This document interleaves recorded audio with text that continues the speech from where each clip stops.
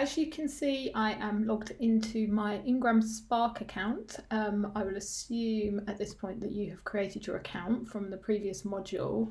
And I have also gone and filled in all of the account information they asked me for, which included my bank details so that I can get paid when people buy the book, buy my books.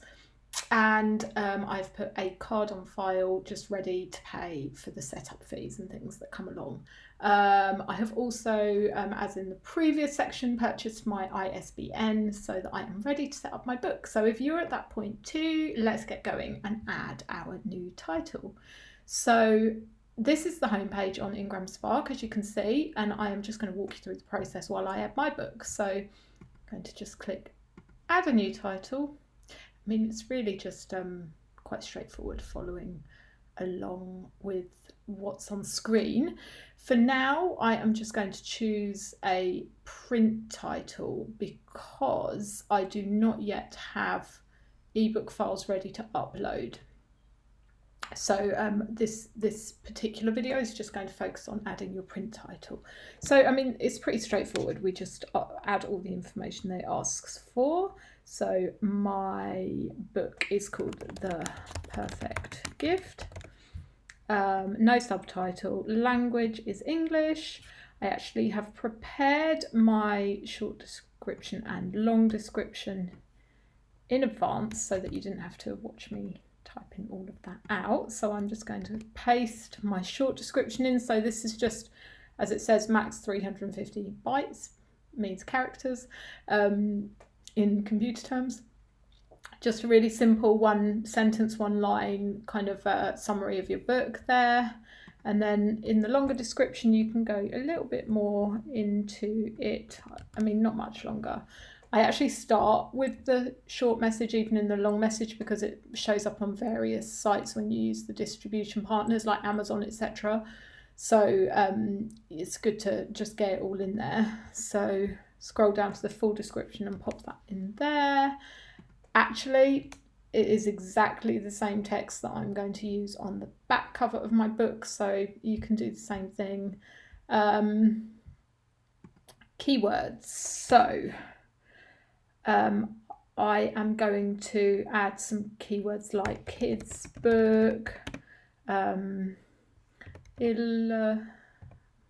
illustrated kids book, snow, winter, conscious, I need to make sure we get the spelling right, conscious kids book, children's book, illustrated children's book, elf, Christmas kids book. I think that should do it.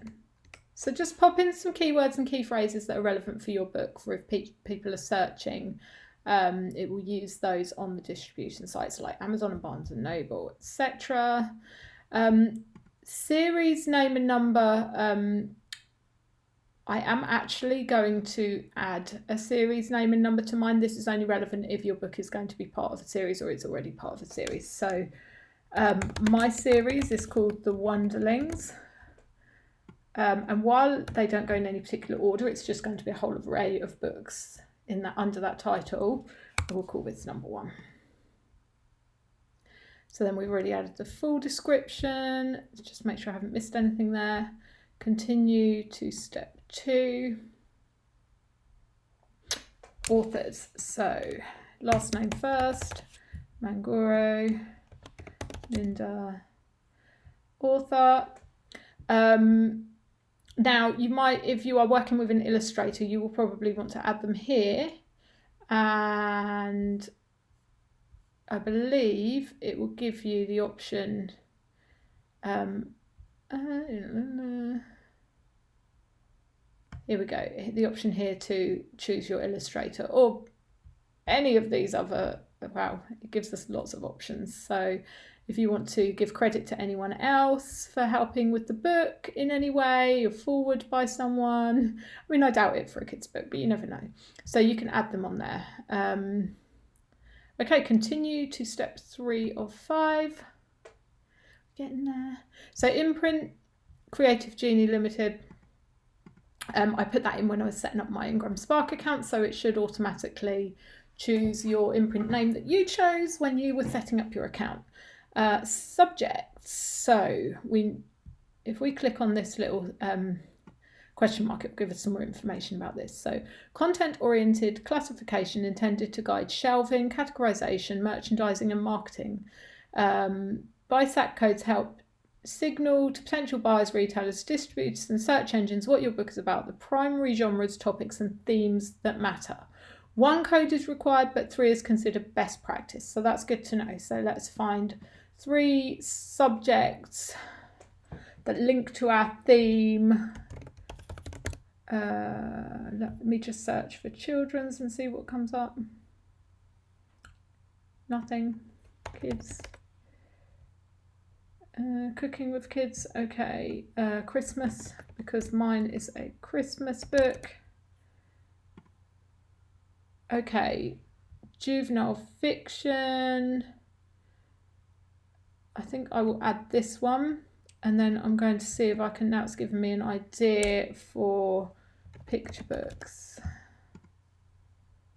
No, illustrated.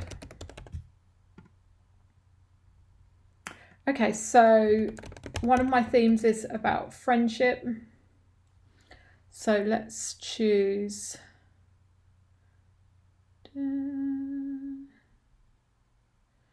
juvenile fiction, social themes, friendship. Yeah, I think I'll go with that. So let me think. I've got Christmas, I've got friendship, which Christmas is kind of the setting for my book. Friendship is the theme, how to spend in time with your friends and family matters. Maybe I will add for my 3rd one. I wonder if it's got anything to do with elves. Oh. Animals, animal welfare. I'm scared to type in fantasy, but let's do it and see what happens.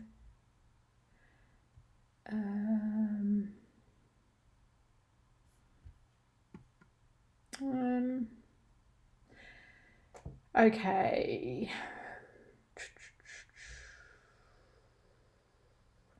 Let's put love because it's about love. Gifts. No, I'm going to leave it at 2. I think I've covered the important subjects anyway. So if you just pop in, choose the subjects that are most relevant for you. As you can see, you might need to spend some time playing and searching for your subjects. It also is asking for a regional subject if there's a geographic location of the book to be used. Mine doesn't need to be specific to any geographical location. Theme of subjects. Content-orientated classification intended for international and multilingual discovery and sales. Okay.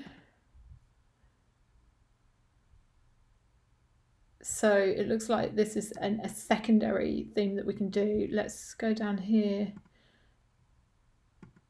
and just choose children's, teenage and educational, which is, so it seems like they're kind of more broad subjects. Audience, juvenile, age range. So I'm going to say for mine 0 to 6.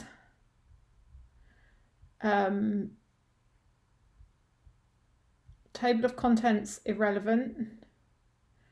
Review quotes, I don't have any yet, but I am actually speaking to some authors. So this is a good idea. If you can get some reviews in advance, then do and put them on here. I'm going to come back and fill that in. Does your book have photographs and or illustrations? Yes.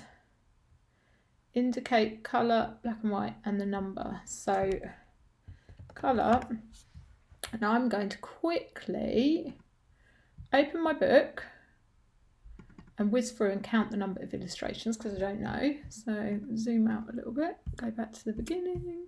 So we have 1, 2, I think it will count each page as a separate illustration, 3, 4, 5, 6, 7, 8, 9, 10, 11, 12, 13, 14, 15, 16, 17, 18, 19, 20, 21, 22, 23, 24 illustrations. I'm going to leave that open because I have a feeling I might need it again. So 24 colour illustrations. Continued step 4. Trim size. So I want to make sure I get this right because I've changed my trim size so many times. So it's worth double checking. I am going to open up InDesign where I've set my book up, and I'm going to go to File, Document Setup, and I can see here that my book is 11 by 8.5 inches. So that is the trim size that I need to find. 11 by 8.5 down at the bottom there. I want mine to be colour. I'm going to choose premium colour because it will be thicker pages, and I'm going to see how it affects the price, cost per book. Mine will be paperback, perfect bound, and I want mine to be gloss laminate. So you can choose your preference for all of these. As you can see, you can do a hardback book if you want. My page count is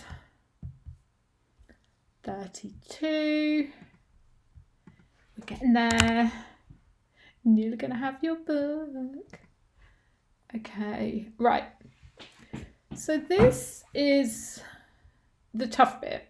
This bit is a bit different than on Amazon KDP, because on Amazon KDP, it tells you the cost to print your book, and then you can figure out from that how much you want to charge for your book so that you can work out what your compensation as an author will be.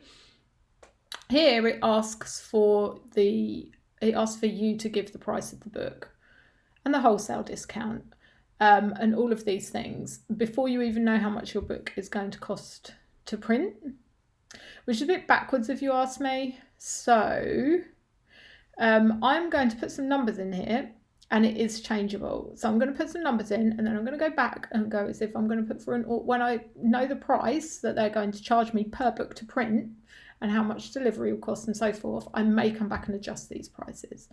But first we need to put our ISBN in. So I have saved my ISBN, and I showed you how to buy the ISBN in the previous section. So I've got ISBN from my book. So I'm going to pop that in there.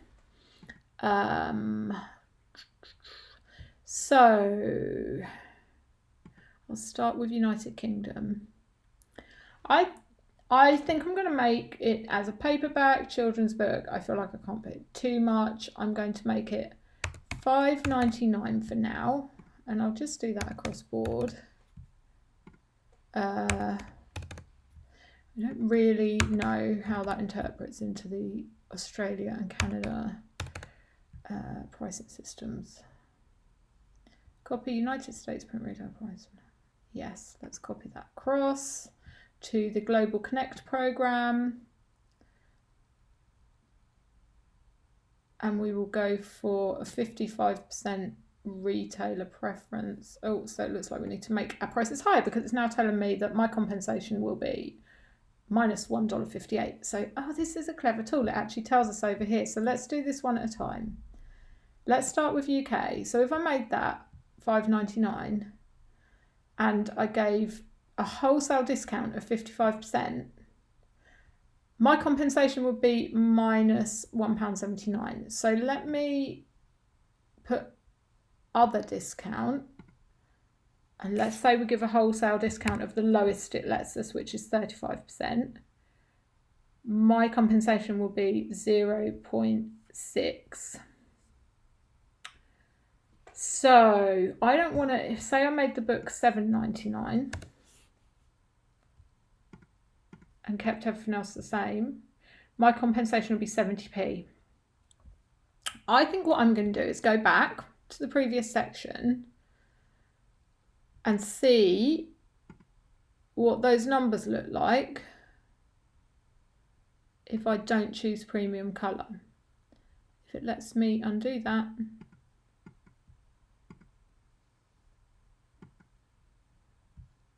Okay. Well, it looks like it won't let me undo that now. Okay, so it will. I just need to change that and change it back again. And I can put the choices in again. So we'll go colour, but not choose premium colour.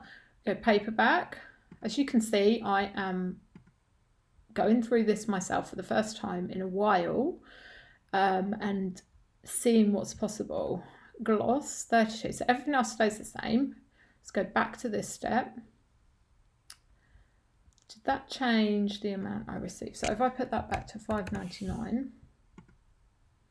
I don't think it actually changed anything. Okay, let's go $7.99 across the board, which may sound a lot for a paperback book, maybe not. Maybe that's kind of standard. So also what we need to remember is the 70p here, the 70p here that we will make, say, in the UK, this is for retail. So this is for when the book sells through their distribution program. This is when the book sells online, basically, through Amazon or through Barnes & Noble, whatever. I actually, and we will get to this in the marketing and sales bit, I actually don't focus on my sales coming through those channels, although they're great. It's great to make sales through those channels, and to get 70p per book we sell is great. I actually focus on the offline sales. So for that, this wholesale discount doesn't matter. We won't be giving anyone a discount. That will be money we make. We'll be ordering the books ourselves, and then we'll be going and selling them either for our own website or at events or at schools, and we'll cover all of that later on. So therefore, the money that you make from each book will be much higher. You won't be giving this discount, this wholesale discount, to anyone. So that's worth thinking about. These prices that we're setting up here are just the prices for online sales through their distribution program. Okay, so I'm happy with that for now, except for Australia apparently needs to be quite a bit higher. I'm guessing that Australian dollars are altogether a different thing. Maybe a bit lower. I'm just like trial and error with this at the moment. It's worth going and doing some research and having a look on Amazon at what other books similar to yours are selling for before you do this. Let's put it higher here so that we're making something and not making a loss. Okay. Let's do that and leave that one at 30%. And then we can bring this back down a bit to $7.99. Getting there. Okay, publication date. I want my book published as soon as possible. Mine's a Christmas book, so if it will let me choose next week, then why not? Let's choose Tuesday the 8th of October and continue.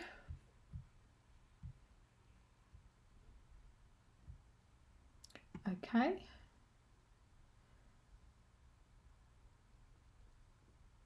Right. So it has some issues. The Australia wholesale discount percentage must be a whole number and no decimals, between 35 and 55%. And it's saying the same thing. So I thought I'd put 35 in for all of them, but apparently I missed that step. So we're getting there. Okay, let's try again. Okay. The supplied Australia print retailing discount will generate negative public comments. Oh, I missed that. Okay, so the EU price needs to be more. Let's make it $8.99. And the Australian price needs to be more. Let's make it $14.99. So it's worth just checking. I obviously missed that over here the compensation you receive based on the price that you set and the discount that you set will not be in the negative. Okay, we're learning as we go. This is so much more intricate than KDP, but I believe it will be worth it in the end. Okay, so done. Whew. Right, now it wants our files. So we can, at this point,